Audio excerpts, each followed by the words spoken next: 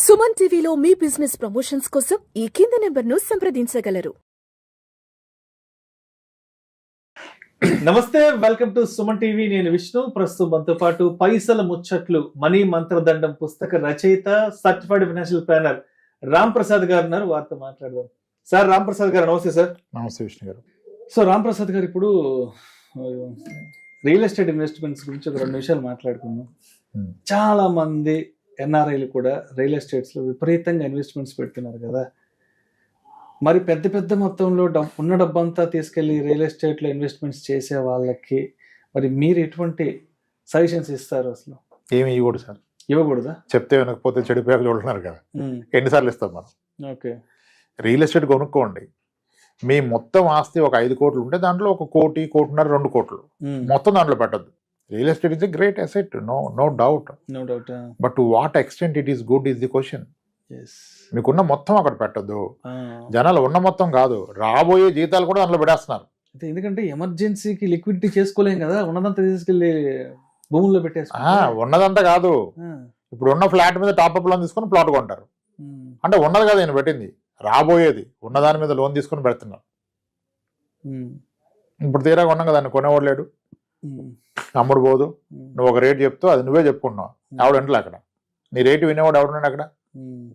అదేవిధంగా కాసేపు gold investments గురించి కూడా మాట్లాడుకుందాం. ఎందుకంటే మనం ఎప్పుడు గోల్డ్ గురించి మాట్లాడడం కూడా అది బాగా హాట్ టాపిక్, బ్లాక్ బస్టర్ అవుతుంది.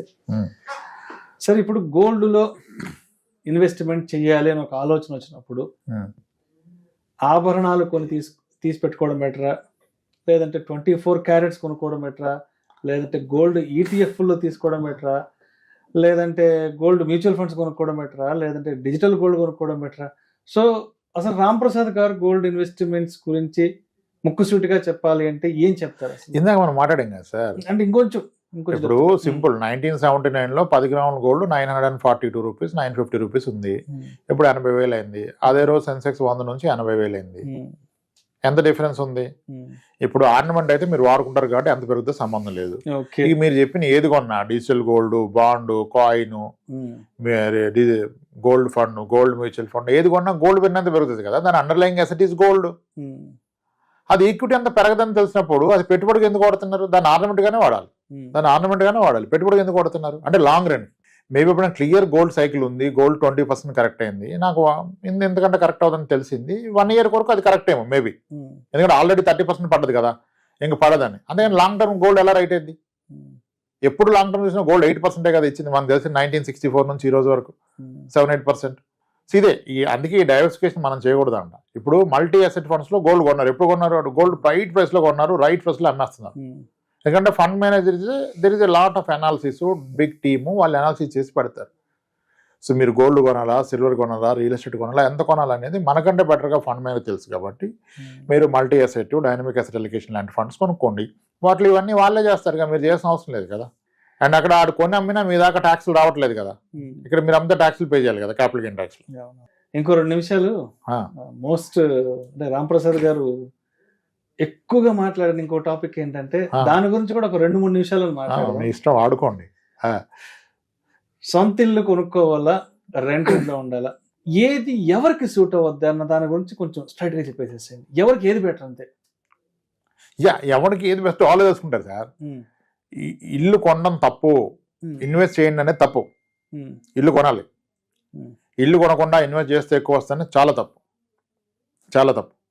అంటే ఇల్లుని మన భవిష్యత్ అవసరాలకు కూడా అచీవ్ అయ్యే విధంగా మిగిలిన ఇన్వెస్ట్మెంట్ చేయగలిగితే కొనాలి. కానీ ఇంకా అన్ని ఆపేసి ఇల్లు ఒకటే జీవితం అనుకుంటే కష్టం. నన్ను అడిగితే ఇల్లు కొన్నా కొనకపోయినా ఒక మంచి ఇంట్లో ఉండడం అనేది ఉత్తమం. మంచి ఇంట్లో ఉండడానికి కొనాల్సిన అవసరం లేదు, రెంట్ కూడా ఉండొచ్చు కదా. డెఫినెట్గా ఒక వ్యక్తి లైఫ్ టైం ప్రయారిటీస్లో top priority is house, next priority car, third priority kids education. Right అయిపోయింది కదా, ఇది ఆర్డర్. అయితే ఇప్పుడు నా బడ్జెట్ అంత లేదు, నాకు విల్లాలోనే ఉండాలి అంటే, మా వైఫ్కి విల్లా ఇష్టం సార్, అదేమో నేను ఎక్కడ చూసినా 4 కోట్లు అవుతుంది, ఎలా సార్ నేను కొనలేను సార్ అంటే, నేను చెప్పాను కొంతమందికి, మీరు 4 కోట్ల విల్లా కొనలేకపోతే మీ బడ్జెట్ 2 కోట్లు ఉంటే 2 కోట్ల అపార్ట్మెంట్ కొనండి గేటెడ్ కమ్యూనిటీలో. రైట్ 2 కోట్ల అపార్ట్మెంట్కి మీకు 50,000 అద్దె వస్తుంది. మీ 6 కోట్ల విల్లా కూడా 50,000 అద్దెకే వస్తాయి. మీరు ఉండాలనుకున్న దగ్గర ఉండండి, ఇదే దాన్ని కేర్ చేస్తుంది కదా. Because independent house and villa రెంట్లు are very less compare to apartments. మన కూడా ఒక ఆయన వచ్చాడు, ఇక్కడ రాజ్ పుష్ప అనేది చెప్పారు, సార్ మీరు చెప్పింది నిజమన్నాడు. ఎందుకన్నాను, సార్ మా ఓనర్ మాకు రెంట్కి ఇచ్చాడు కదా సార్, ఆయన మా నియర్ బై విల్లాలో ఉన్నాడు సార్, మేము గడ్డ 60,000 వాడు గడ్డ 60,000 సార్, వాడు 6 కోట్ల విల్లా మాది 2.5 కోట్లే సార్ అన్నాడు.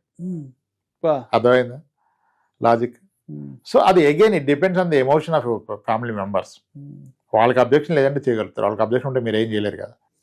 ఇంకొకటి వచ్చేసి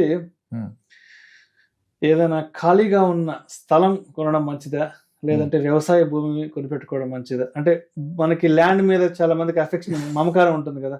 మనకు ఒక ఊర్లో ఒక 2 ఎకరాలు ఉంటే మంచిదో, లేదంటే మనం ఉన్న టౌన్ లో మనకు ఒక ఖాళీ జాగా ఉంటే మంచిది అన్న ఇలాంటి డైనమాలు ఉంటారు కదా, మరి వాళ్ళకేం చెప్తారు?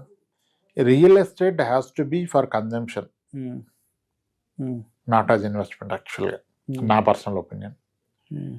మీరు స్థలం కొంటే దాంట్లో షాపింగ్ కాంప్లెక్స్ కట్టే ఐడియా ఉంది నాకు, నేను అక్కడ ఇల్లు కడతానంటే స్థలం కొనుక్కోండి. పెరుగుతుంది అమ్ముతారంటే కొనద్దు, పెరిగితే అమ్ముతారంటే 12%, 6 years డబ్బులు వద్దు మా అంటే. నేను వ్యవసాయం చేస్తానంటే పొలం కొనుక్కోండి, ఇప్పటి నుంచో మొదలెట్టండి ఏదో ఒకటి అక్కడ చేయించుకోవచ్చు కదా.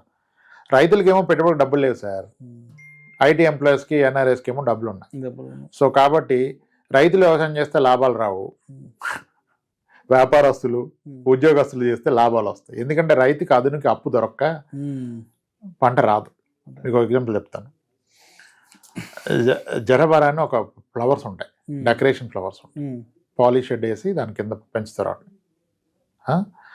ఆ కలర్ఫుల్ ఫ్లవర్స్ రైతులు వేస్తే లాభాలు రావు, ఐటీ వాళ్ళు వీళ్ళు వేస్తే లాభాలు వస్తాయి. ఎందుకంటే వాడికి డ్రిప్ సిస్టమ్ ఉంటుంది, పాలిష్ షెడ్లో పెంచుతారు.